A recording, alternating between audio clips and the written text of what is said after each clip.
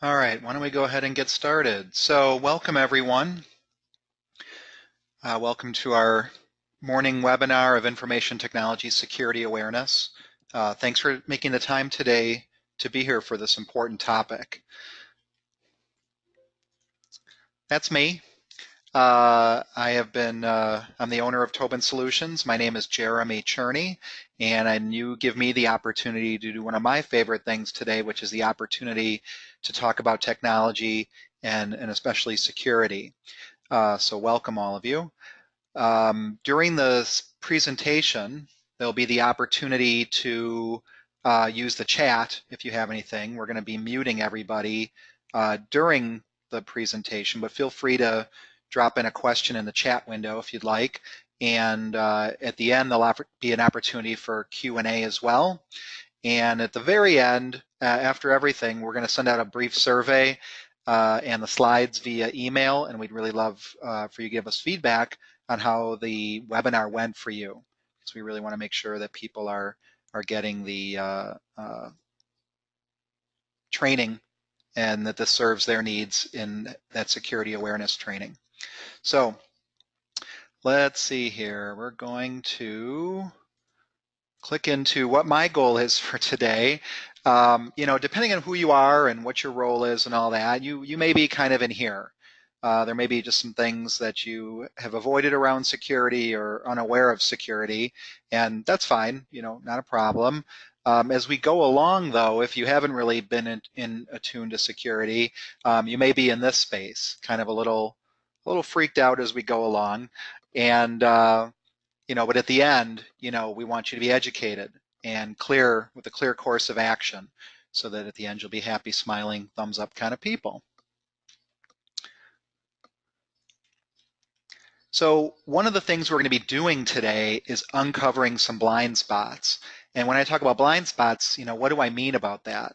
So the first thing is there are things that you know about your security. It might be that you have antivirus, you maybe know you have a firewall or something like that, and that's fine, that's great. There may be some things that you don't know about security. Like maybe you have a firewall, but you really don't know what it's for or how it's working or how it should be used. In both of those things, it's either something you know or something you don't know. What we're going to be talking about today for sure are going to be things that you don't know, and those are the blind spots. Those are the things that today are going to be maybe a surprise for you, and that's okay. Once you know about it, now at least you can make some business decisions. You can do some things about it.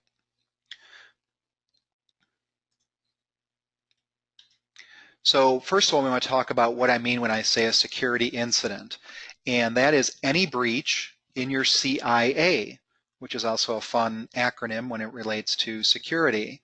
So, a lot of times when people think about security, they're talking about the hackers, and we of course mean some of that. But the other things we mean is that anything that's going to be a breach in your CIA. So for example, confidentiality of your internal and or external data and systems, that's a breach of security. So now that could be confidentiality, something you've got internal to your organization that somehow escapes outside of your systems. That would obviously be a breach of confidentiality, but could also be internal. It could be maybe some HR information got exposed internally inside of your network. So then, you have a confidentiality security incident. You could also have something with the integrity of your data that could be an incident. So that could be something like wire fraud, or someone changed an invoice or changed information inside your systems or outside your systems, and that was done by an unauthorized party, or they corrupted in such a way. So anything that's a breach of integrity is also we consider a security incident. And the last piece is availability of your systems. So if you've been a victim of ransomware or heard of someone been a victim of ransomware, like if you're following the news and you hear about the city of Baltimore right now, they've had many systems that have been unavailable for weeks. And that was definitely cause of ransomware. And it could also be something else. It could be if you have a server in-house and that server breaks and now you don't have access to your information, your systems. It's that we also consider that a security incident. So anything that's a breach in your CIA, those are things we want to look at that are going to be something to be considered a security incident. And when we look at security, I love this picture just because it's just so clear, right? You got this sturdy chain and this real big, strong lock, and then there's a little shoelace in there holding it together. And that's what often when there's a security problem, it's because of that piece that was the shoelace, right? Either it was something you had that someone exploited in some way, or just something you had that wasn't robust enough that broke down that caused this security incident. So as we're going through today's conversation, you want to look at, where are you going to have some weak links in your system? And there's a lot of different ways that may show up. And so we will have an opportunity to chat about those. I see a few of you have joined us after we began, so welcome. Thank you for being here today. We've got everyone muted until the end for the Q&A session, but if you have anything you want to chat about as we go along, feel free to enter it in the chat window. And Amanda from Tobin Solutions is also online, and she's helping to manage some of the chat as well. So one of the things that we're going to talk about here is there's no one size solution that fits everybody. And you may have some questions about your specific situation or your business. And I'm going to probably start a lot of things with it depends. So, and that's not meant to be cute or clever. It just really is that what may work for you may not work for somebody else. What may be important to you may not be important to somebody else. And so I tend to use that phrasing. Just want to point out a few things. I think if you're here, you recognize that security is a concern of yours, but we want to give just some information about a little bit more about what that looks like. So there's something called the Common Vulnerabilities and Exposures Database, the CVE. So anytime you hear about a security breach, sometimes they're on the nightly news or the headlines in the things you read. When there is a breach for something like a big attack at like Baltimore, for example, or something like that, whatever that underlying thing was that got attacked, that's going to get a number assigned to it. And the numbers go by year. And so every year they count up how many new vulnerabilities were exposed. So we're in 2019, we're already up to almost 5,000 new exposures. So those aren't breaches per se. Those are new things, new issues, new security flaws that were found in Microsoft Windows, in the Macintosh, in particular web browsers, particular devices, firewalls, things like that. And so when those are exposed, we want those to be exposed for the world, right? So you want to know that there's an issue with something you previously thought was secure.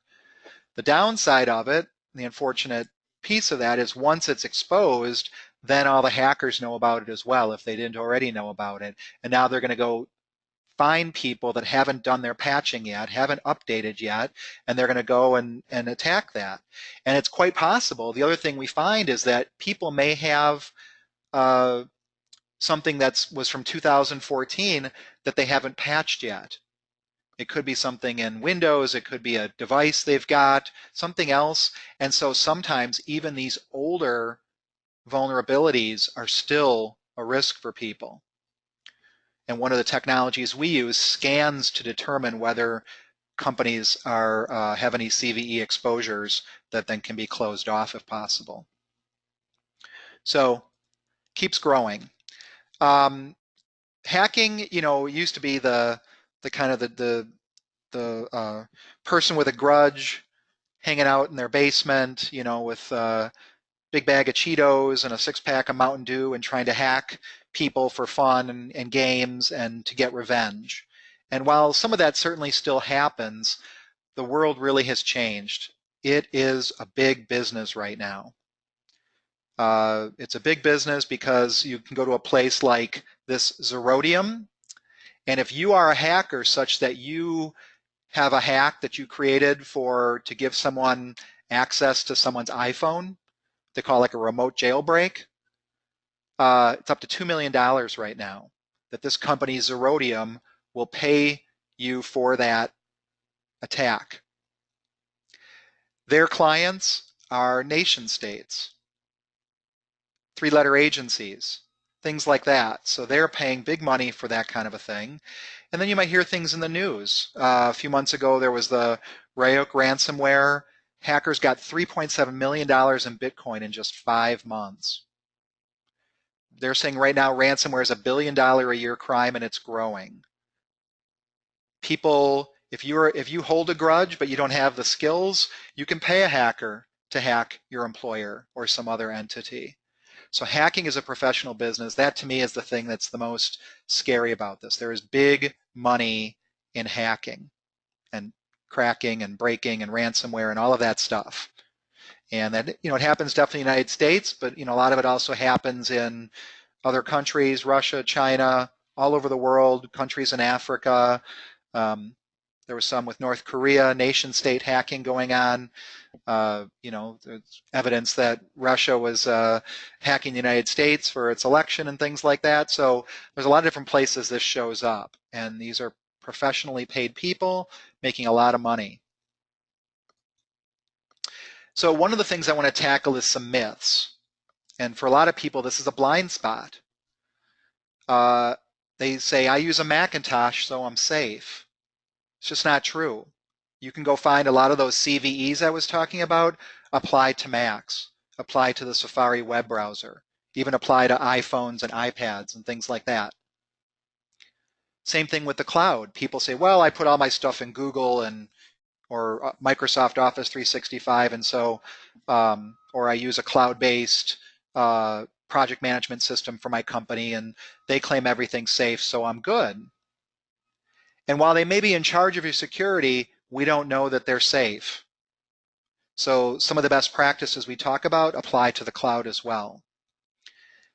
We also have people that say they've never had a problem before, so why worry now? That's just kind of sticking your head in the sand as far as I'm concerned. We're too small to be a target. Yeah, in some cases, someone may not hack you if they don't want your information, but they know you want your information. Hence the prevalence of the ransomware. So while they could not care at all about your customer list or who your top salespeople are, they know you care about that. And so that's why they'll hold your data ransom. There's a myth about that you trust your team and that you don't want to be a big brother in terms of watching what's going on. And that may be true. You may trust your team and you may not want to be big brother. Nevertheless, someone's got to be accountable for security, and teams make mistakes even if you do trust them. Lastly is kind of a point about sort of abdicating. Like, I got a guy who handles this for me. I'm all set. Not a problem outsourcing your security. That's one of the things that Tobin Solutions does really well. People outsource their security to us. But it's more than just an abdication. It's a partnership. We're showing you what we're doing. We're having conversations about what your security needs are. We're demonstrating through reporting and analysis, showing you that you are secure, that things are being handled, and that in the event that anything does happen, that you can recover. So it's totally great to outsource it if you haven't got the time or expertise in-house, but you don't want to abdicate it. You want to make sure you're in partnership with somebody. So there's a few facts I want you guys to get. Systems are getting more complicated, not less. Security threats are increasing. There's computers everywhere now. It's no longer just the computer on your desk. It's the computer in your pocket you also call your phone. It's the computer that's inside your smart TV. It's all the apps and the integration with the apps and the cloud and all of these things. So while in some cases on the front end they seem easier to use, behind the scenes, extraordinarily complex. And things are getting updated and moving so quickly that sometimes security is secondary to getting out the new feature, the new fun feature, or the new business feature. You want to just kind of get clear for yourself that you are going to have one or more security incidents. There's going to be one or more breach in your CIA in some way. Now you get to decide how large of a breach that is. It could be something that's ransomware and takes all of your systems down. It could be, someone was spamming through you. It could be, a file that you accidentally sent a client something that they weren't supposed to see. So those things are going to happen, and the scope and scale of that's really going to depend on you and your business. So you can reduce the size and scope of the incident, but nothing's going to be 100% effective. If anyone is telling you, I've got this covered, I will never have a breach because I've got X, Y, and Z in place, they're either really have a blind spot or they really believe it, but they're just simply wrong, because it will happen. It happens to everybody in some way, and so you want to be ready for that. And the way you get ready for it is kind of where you're starting today. It's that education, the planning, the preparation, and then taking meaningful actions in those areas. They're going to give you a shot at recovery when you do have that incident. So, we have a couple of clients. One did a lot of these things, planned and prepared, did all of that, and they got hit with ransomware. Still got hit. We were able to recover quickly in a day over a weekend. And while there was a bill that was unexpected for them of a few $1,000s for recovery services, their business was back and running, and they had very little downtime. We had another client that did not do the education planning and preparation, and they got hit with ransomware. They could not recover with what they had in place. We ended up having to pay the ransom and hope that the ransomers, the extortioners, were ethical. And it turns out, since they're a business, they're interested in top-notch customer service and fulfilling on their business promise. So after we paid the $14,000 in cryptocurrency and Bitcoin, they were able to give us the keys to decrypt everything. But that took something. That took a process. We had to rebuild all their systems, because you can't trust them once they're breached. It's not just about getting the data back. You have to get systems that are now reliable. So not only was it $13,000, $14,000 in Bitcoin they had to pay, then there were all the bills and recovery, and then their own downtime, which some of their systems got up and running after about a week. There were a couple of their systems that get up and running for about 2.5 weeks. And then there was all the reputation damage with their clients and the billing they couldn't do, and things like that. So like I said, not a question of if or when, and what you do based on today really determines how good that's going to look when it happens. So a few more reasons why you're going to have a security incident, right? If I'm saying you're going to have one, well, let's look. What might those reasons be? First of all, you might just be using vulnerable technology. Now, it may not appear vulnerable right now, and those zero-day security exploits that come out, those things that, hey, we just announced today that Microsoft has a security flaw in Word, or Adobe Acrobat now has a security flaw, or your smart TV that you hang on the wall that you connect to your network has an issue. It would seem vulnerable. It seemed like it was secure, and suddenly it's not. So those things, you can get attacked there. And even when you have this technology, you may not be following best practices for installation and configuration. And a great example of that is a lot of people that use, they use kind of a small office or home grade firewall for their business. And when they set it up, they didn't follow standards to change like the default password. So there were a lot of people out there that had these, Linksys firewall or something like that had the default password that everyone knows, and they were able just to log in remotely and go in and do things. If you haven't got any security policies, then we're just going best effort.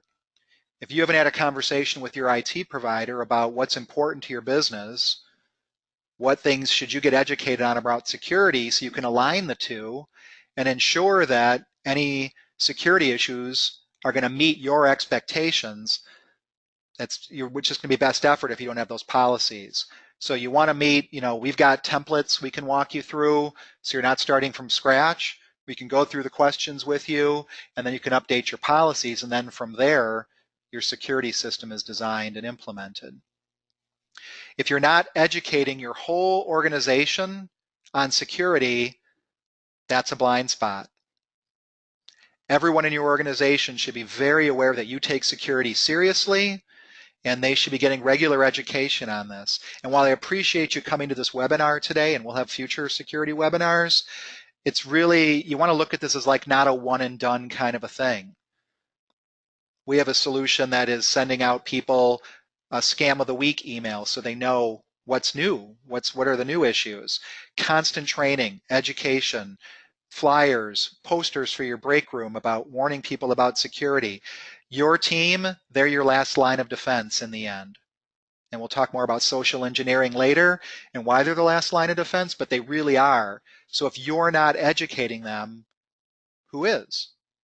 Who's going to tell them not to take that call from Microsoft telling them they've got a virus?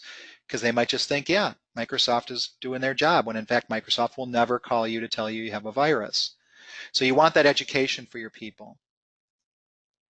If you're just not planning and preparing, then you're just going to get what you get, right? It's kind of like a fire drill, right? Or a plan for your house or your business.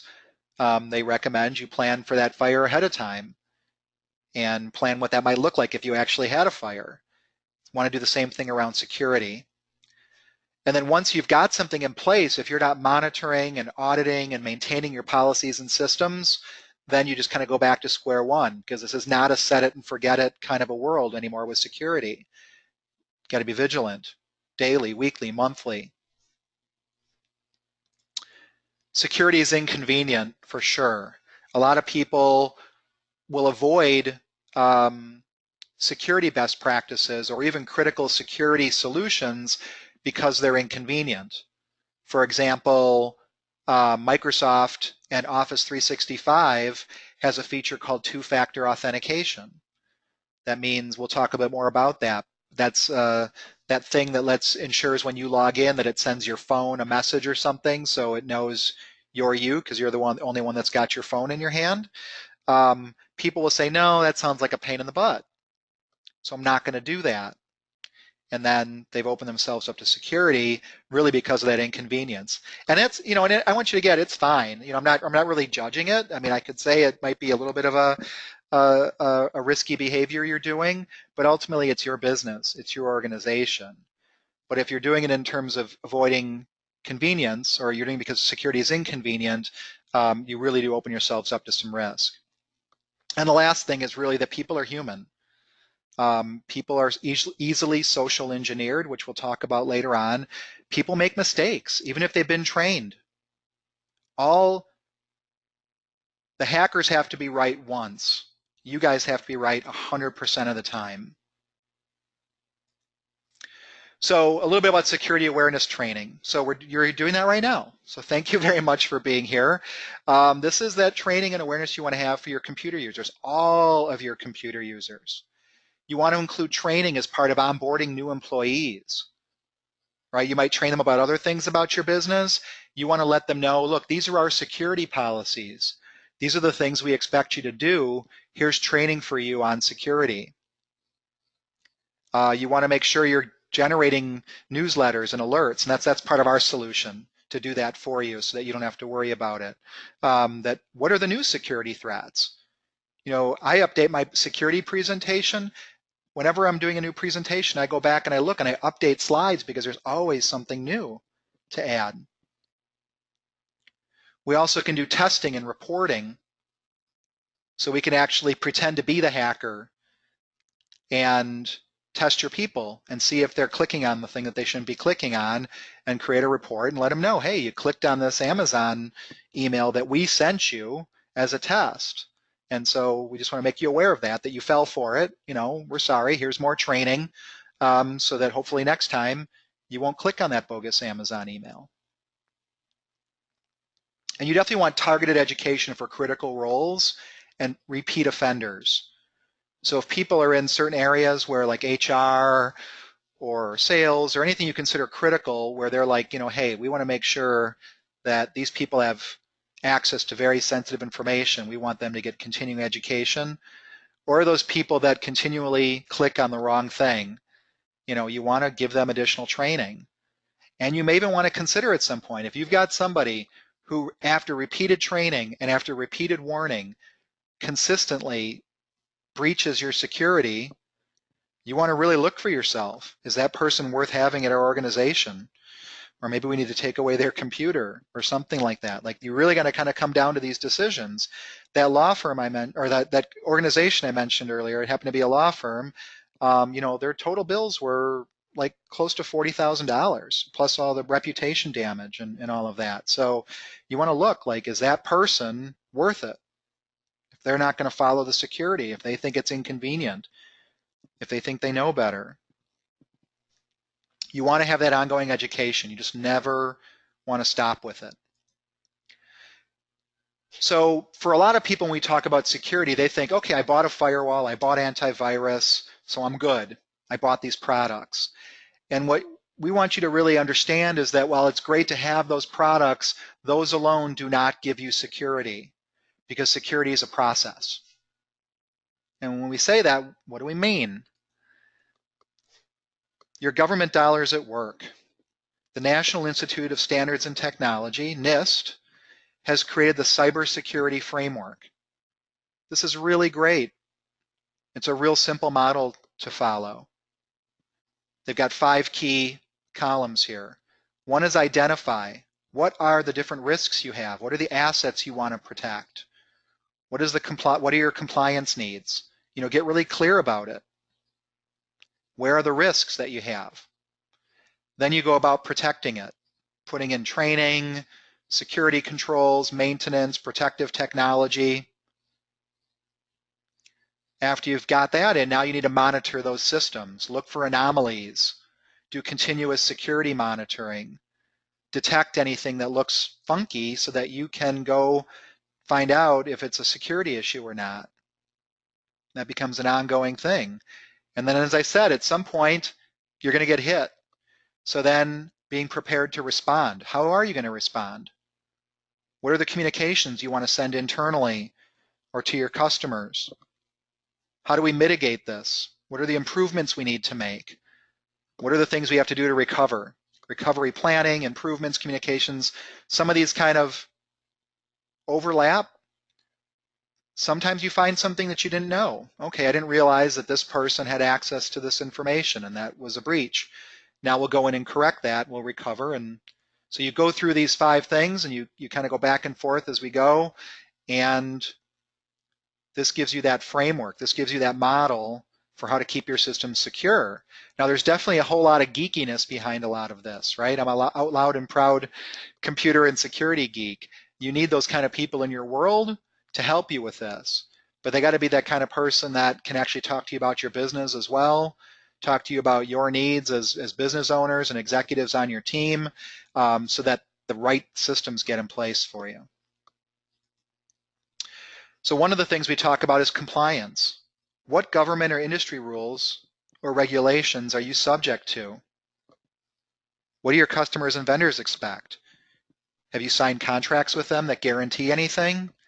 And these next bullet points are just a few of the different standards that are out there. If you take credit cards, you're subject to PCI DSS. If you store any PII, like social security numbers, driver's licenses, things like that, you're responsible for maintaining that. If you are in the healthcare field, you have HIPAA and high tech. If you're a public company, Sarbanes-Oxley. If you're an attorney, state bar and ethics rules. If you do work with the European Union in any way, you are now subject to GDPR. You may have insurance for cybersecurity and liability, and that's great. And there might be things in your insurance requirements that they're saying you need to do before they're going to protect you and cover you. More of these things are coming. People have a lot of expectations around security, and when there's a breach, they just start going back, keep going back. Who is the original person that could be responsible for this? So you want to keep looking for yourself. Where have you given your word to your customers or clients? What would they reasonably expect? And what specific compliance needs do you have? This is a really bad PowerPoint slide because, it's got a lot of dense language on here, and I'm not going to go through all of these. The point is, you want to make sure you have the proper cyber and E&O and all those insurances you need for your business. And some of the things that you might be protected with under your regular business insurance may not be protecting you for cyber issues. A lot of times that's getting carved out as a separate threat.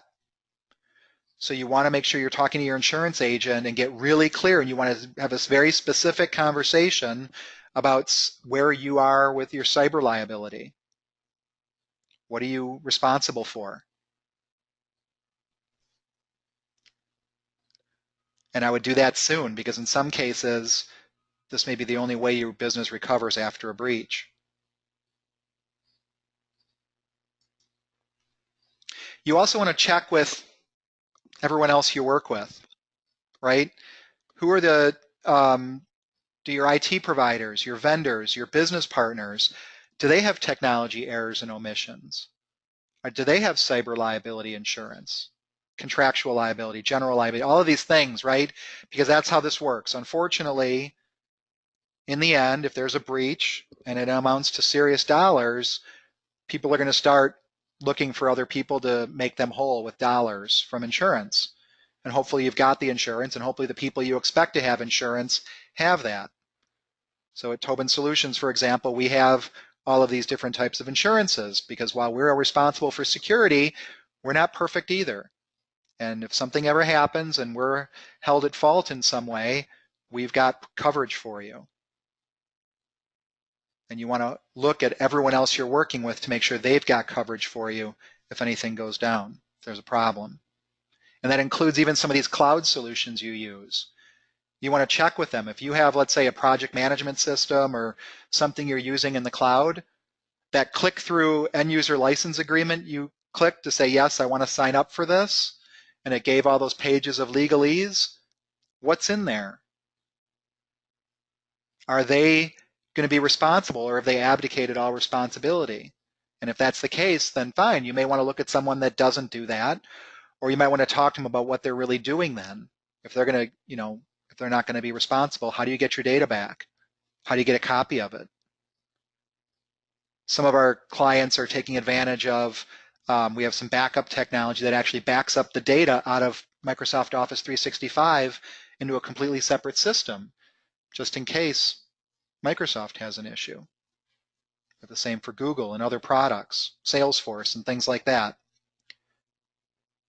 You can definitely trust these kind of companies, but you really want to verify that things are going the way you expect them to go. Credit cards and banking, you want to check specifically with your credit card, and you want to check specifically with your bank. But some things we've encountered over time is, if you use a debit card to pay for something and that number gets breached, they can go right after and drain your account. Now, you may get some of that money back in the end, but in the meantime, your account's been drained. So better to use credit cards. They have better protections. If you just have one big checking account that you use for your business, I would encourage you to set up a couple of extra. We have multiple accounts at Tobin Solutions, and we keep most of our cash and other things in a separate account, not the one that we use for ACH transfers and things like that. We just move money in there when we need it. You want to report issues immediately to your bank or credit card. The longer you wait, the tougher it is to recover, if recovery is even possible. And at some point, if you don't know and you haven't told them, they waive their liability. Wire transfers. There's a lot of wire fraud going on right now. People will use various hacking methods to get involved in your email conversations, and then they will fool your clients into sending them a wire transfer for the payment they owe you instead of sending you a check. That delays your cash flow. That, the other client may not have enough money to pay you, or it might take them 3 months. All kinds of issues. So if we've had clients internally that they got a wire transfer from their boss to go transfer $20,000 to some project they were working on, and it turns out their boss never emailed them to do that wire transfer, and the CFO just did it. So those kinds of things, just really look. Don't take it at face value. Go talk to the person. Hey, is this really, did you really want me to wire this money? And is this really where you wanted me to wire it to? That's part of that ongoing awareness training. And you just want to check your bank accounts daily. Review your bank statements thoroughly. We're aware of one instance where somebody did a fraudulent check on their account. They wrote a check and they had a lot of money in their account, so they didn't, for them it wasn't a big deal to have a $15,000 check go on their account, but they didn't reconcile it for 3 months. And by the time on this bank statement showed up, they saw this amount. They're like, what is this? The bank said, we're sorry. This was 3 months later. You got to be aware of this stuff. We can't do anything about it. So our client was out the $15,000. So there's some things around a security audit. If you haven't had a security audit, we invite you to do so. You want someone that's going to look at your policies, your security policies, and if you haven't got some to be able to work with you on those, you want someone to work with you on your compliance needs, look at your response plans, see if you're set up for best practices. Are there any blind spots you've got? Doing vulnerability assessments, maybe even testing and verifying through penetration testing, and then ultimately giving you a report with the results and actionable items you've got for remediation, if any, so that you can get into action on this stuff. You don't want to have those blind spots. That's where the problems are going to be. So having the audit is going to reduce that likelihood tremendously. So when we talk about policies around your confidentiality, integrity, and availability, here's some of the things we mean. What are your requirements? Do you have those compliance needs? If you're healthcare, are you following the HIPAA stuff? If you're taking credit cards, are you following PCI? What are your business requirements? What have you told your clients they can expect? What are your expectations? Everyone's got something different. We have some clients, they say, you know what? If we're down for a couple of days, not a problem. We have some say if we're down for a couple of hours, big problem. So unless that's really clearly communicated in that policy, then no one knows really what to do, and it's all just going to be best effort. What should your employees do and not do? Can they install software on their computer that you don't know about? Don't know. That becomes part of your policy. What's your acceptable downtime? We also call it your recovery time objective. When systems are inevitably down, how quickly before they need to go back up? What's your budget? How are these systems to be managed and maintained? Are you going to be updating their computers regularly? Are you going to do it once a month? How's this going to happen? And then ultimately, what's your response to an incident and how are you going to prevent it from happening again? So even when there is an incident, if you have an incident response plan, that's going to guide you through what to do. Who are you going to call? Who gets contacted? How do we do the debrief afterwards and go back and look what happened so that we can plug that hole, change that process, provide that training, whatever that is, such that you're not going to have that issue again. And then finally, how are you going to enforce your policies? If you don't have some enforcement mechanism, they're just words on a paper.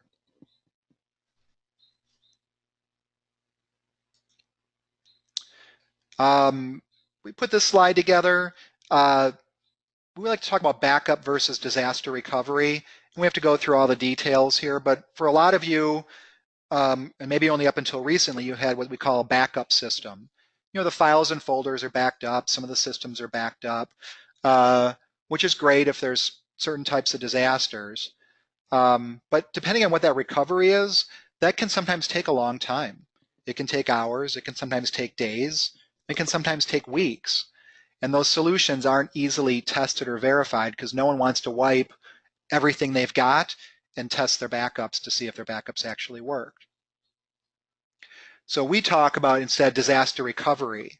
We don't look at folders and files. We look at your systems. Is your accounting system backed up? Is your project management system backed up? Because that's when you call us and say there's a problem, It's, hey, we can't get into our project management system. Is it backing up multiple times a day? Sometimes we have clients that back up every 15 minutes to their disaster recovery system. Can you easily test and verify? This is critical. If you have a disaster recovery solution and you have not tested and verified it, how do you know it really works? And it's one of those things that you want to test it when it goes in, of course, but then there's ongoing testing. Things change over time. Technology sometimes fails. Glitches get into the system. So you want to be able to test it. We recommend at least yearly do a disaster recovery test. But if you've got the right disaster recovery technology in place, we can do a full disaster recovery or DR test without interrupting your regular business efforts. And with a good disaster recovery system, you can be up in minutes or hours, even if you have a complete physical disaster. Anybody watching on the news, all those floods, last summer, the fires, the volcanoes, like all of that stuff, like can happen, right? And so you want to be very clear that you've got something outside of your office where all of your systems are that you can bring those back up and do a full recovery if there's a physical disaster. And everyone's unique with this, what their needs are. So that's why we say have that conversation. Encryption.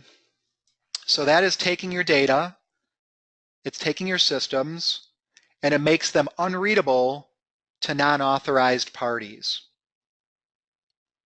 So if you're walking around with a laptop that's got data on it, and you're going through the airport or it gets stolen out of your car, is the data on the laptop encrypted such that it's unreadable?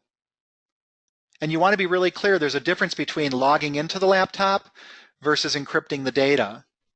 Because for some people, if you're not doing encrypting the data, they can take the hard drive out of your laptop and they can plug it in somewhere else and read everything if it's not encrypted. Maybe you're walking around with flash drives, the little memory thumb drives. If those aren't encrypted and those get lost, then whatever's on there, someone can pick it up and read it. You can encrypt email. In fact, if you're using Office 365, it's got a feature built in to do encrypted email to third parties, even if they're not using Office 365. Data at rest. What we mean by that is if someone were to take your database, let's say you've got your customer database and it's on some system inside your office. If someone were to grab a copy of that database, is it encrypted on its own when the system isn't running? We call that data at rest.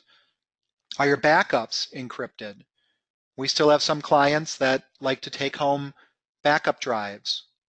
That's fine, but are they encrypted? Because if you lose that drive, someone takes it out of your car, your backpack, or your house, they've got full backups. Also, your websites that you use, are those secure? If you're using a cloud provider for something, if you've got your own website, is that stuff encrypted? And is your cloud storage encrypted? If someone gets in and takes files out of SharePoint, Office 365, Google Drive, Dropbox, any of those kinds of things, they somehow get access to that, and they get those files, are they unreadable?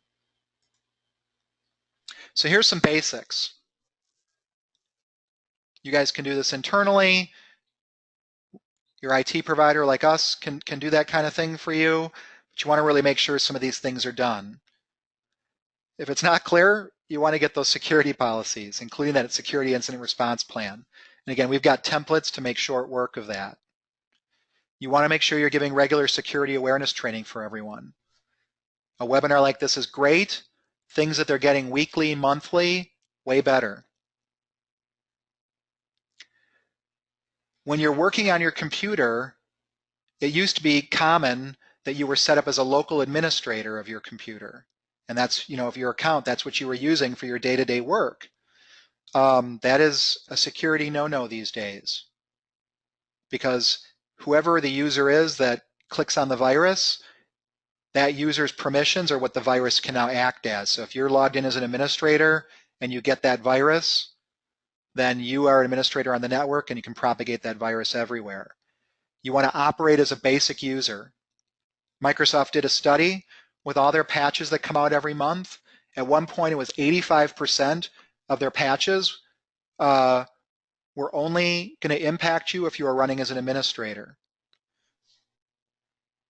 So if you were not running as an administrator, you'd be secure if someone breached one of those. You also, on your computers, you want to delete or remove any unused or unnecessary software, because that stuff's not getting updated. Or maybe it is getting updated, but you just don't use it, so why take the risk? Remove those programs you don't use. Get them off the system, especially if there's something that's old that doesn't get updated anymore. You want to keep patching your operating systems and the other programs like Adobe Reader and things like that, because those become attack vectors, ways they'll send you a malicious PDF file, something like that. You also want to restrict access to files and folders to only those that need them. If your salespeople need only access to the sales folder, don't give them access to the financial folder. Because if they get breached while you'll trash your sales folder, it won't trash the financial folder because they won't have rights to that. So if they're the one that gets attacked somehow, or they're the one doing the attacking, you're going to limit the scope of what can be affected, what can be impacted. You definitely want to use complex passwords. You do not want to reuse passwords across sites. So the same password you use for Office 365 should not be the same password you use for your Gmail account, or for your Adobe account, or for your kid's school account. Because if any one of those accounts get breached, people will try those passwords on other systems. And I'll show you what that looks like. You also want to make sure you're using multi-factor authentication, which we'll talk a bit about. You want to make sure you've got anti-spyware, anti-spam, hardware warranties. Starting to run a little bit low on time here, so you can go back to the slide on your own. Other technologies for consideration. We're going to talk specifically about two-factor in a moment. Some of these other things you want to put in your system. Again, when you're talking about security with your IT provider, you can bring up these slides. What are we doing around this? What are we doing around that? This can definitely be access to that kind of conversation. Two-factor. You probably already use this in some way. That's where you log into a website and it says, I'm going to text a code to your phone number on your cell phone.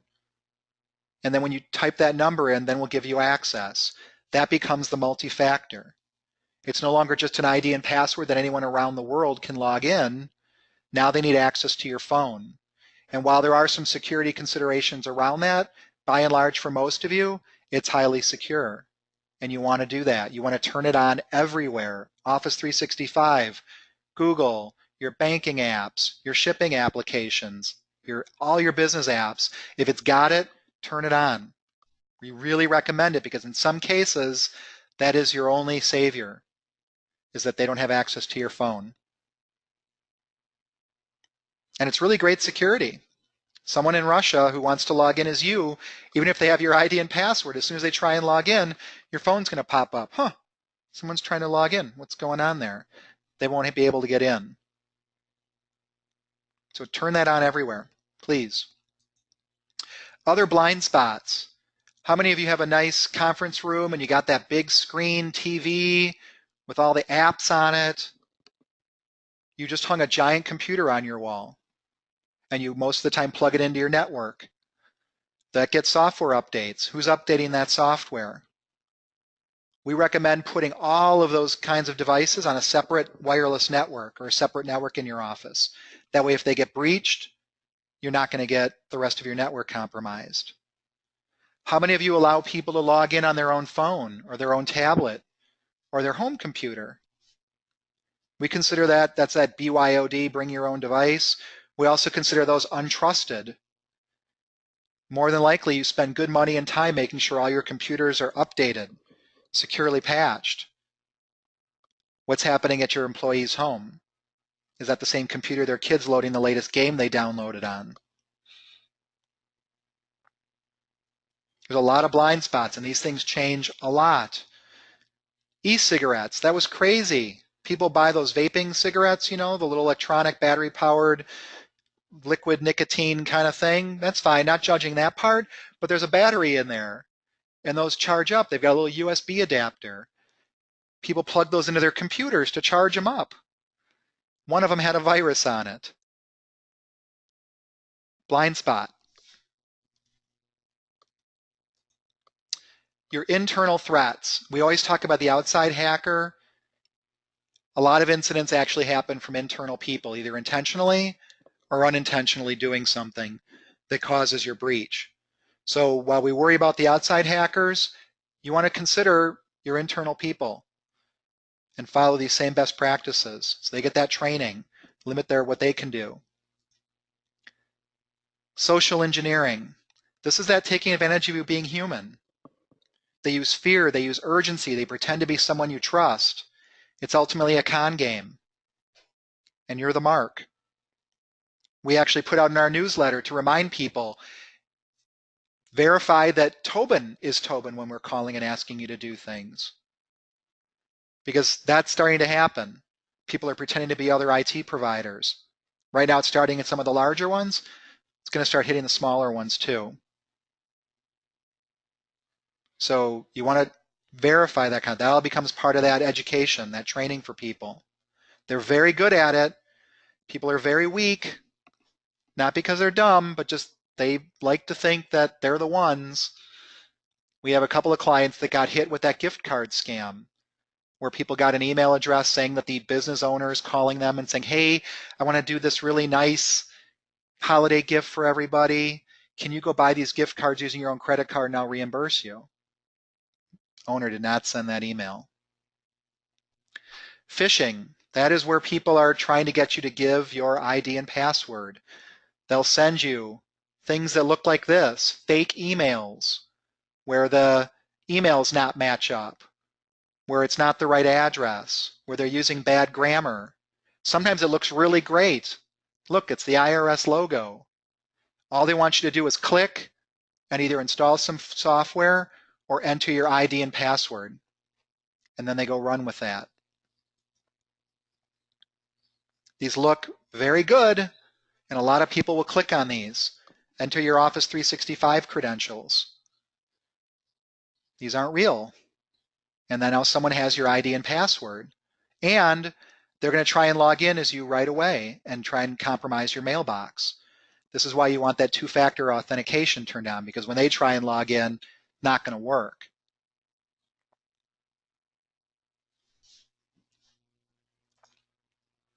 Fake websites. They look great. Look at this Chase banking website. Except it's hut2.ru. It's a Russian domain.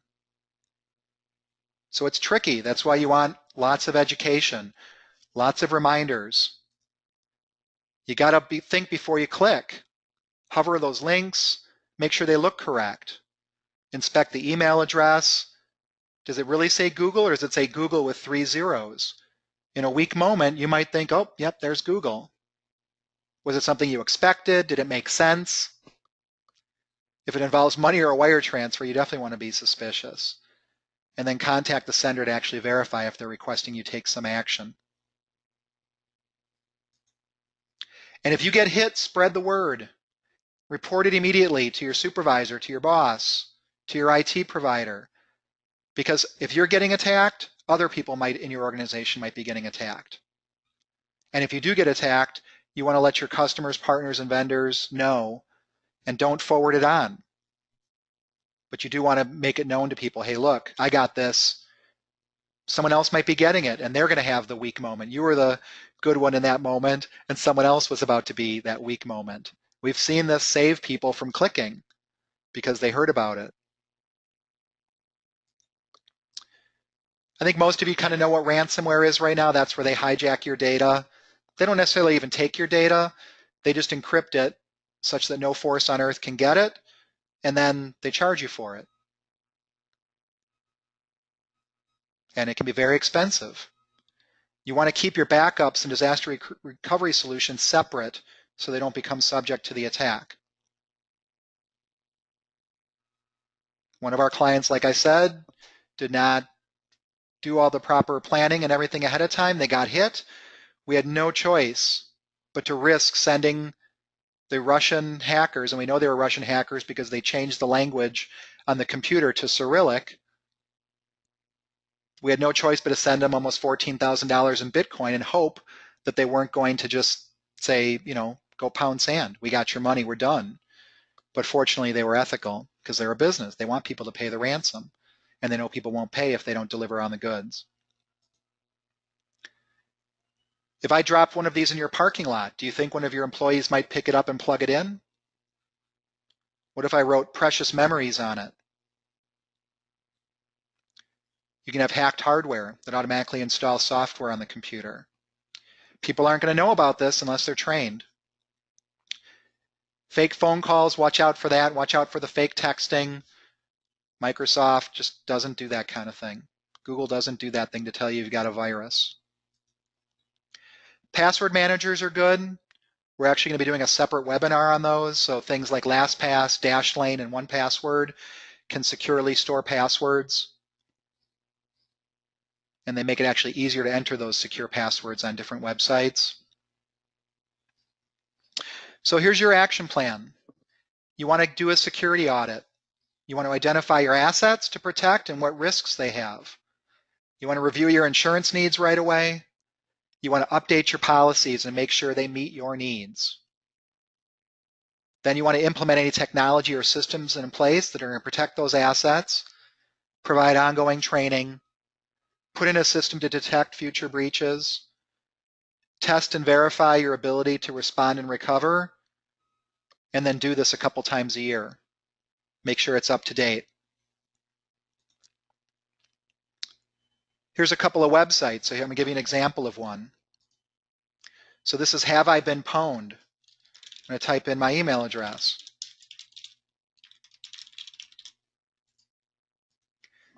When you hear about these breaches, oh no, I've been pwned. And it tells me these are the different breaches that had my email address in there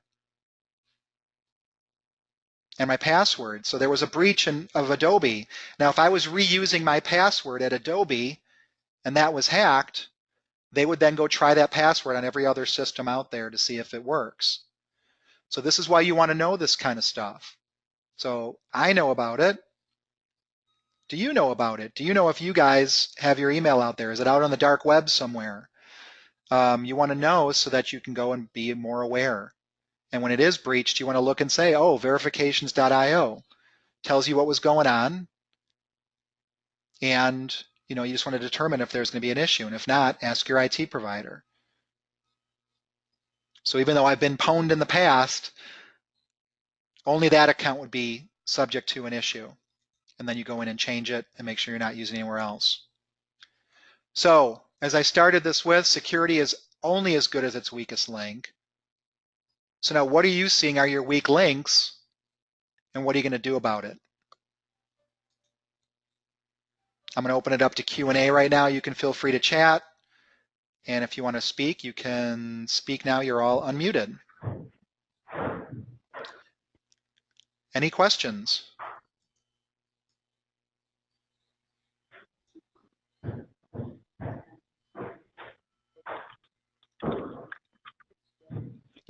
I'm seeing some people saying thank you. You're very welcome. And thank you all for being here today. Thanks for taking time out of your busy week to spend this with me and learn some things about security. I hope you found it valuable.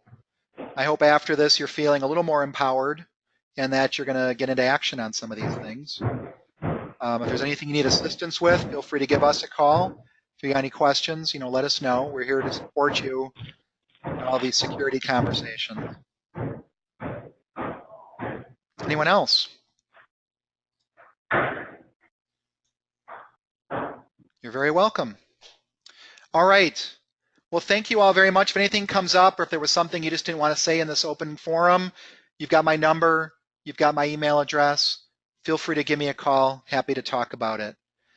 Thank you all very much. Have an awesome week. Bye.